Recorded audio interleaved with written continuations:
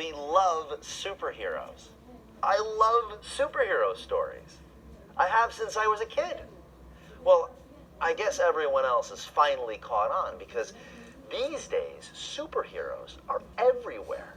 Superman, Batman, Black Panther, Wonder Woman.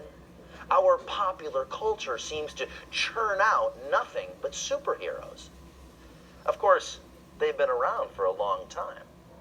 The first Superman comic came out in 1938. And in those days, superheroes were regarded as entertainment for little boys like me. But over the years, their appeal has broadened. And I think there's a pretty simple reason for that.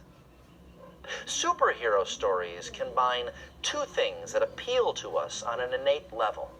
Strong people who protect the weak, and stories that we can relate to. It's pretty self-evident that people like heroes, and not just superheroes. We admire heroic people. We want to be like them. We wish that they were really around to save us. And it turns out that this attraction may be something we're born with.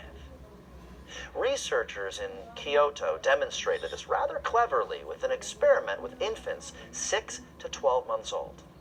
They show the infants animations in which one figure chases and then bumps into another one. In one of the animations, a third figure stands by and watches as the collision happens. In another, the third figure doesn't just stand by, but instead gets in the way and prevents the collision.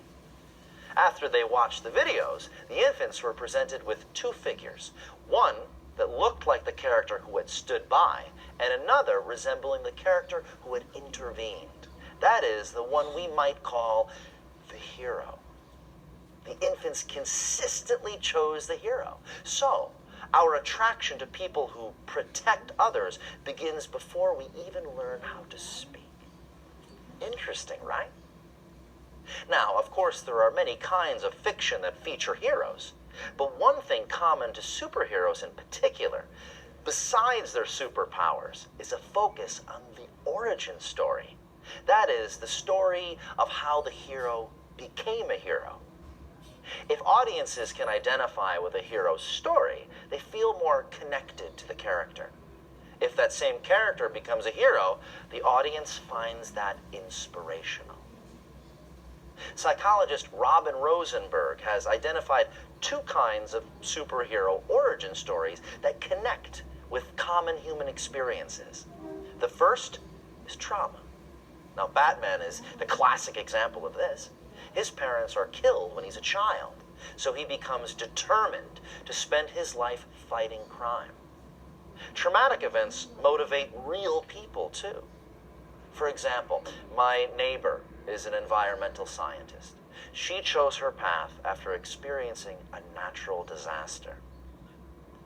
Another common superhero origin involves destiny. T'Challa, for example, is the son of the Black Panther. When his father is killed, he becomes a Black Panther and takes on the mantle of power. It's his duty to avenge his father and protect his country.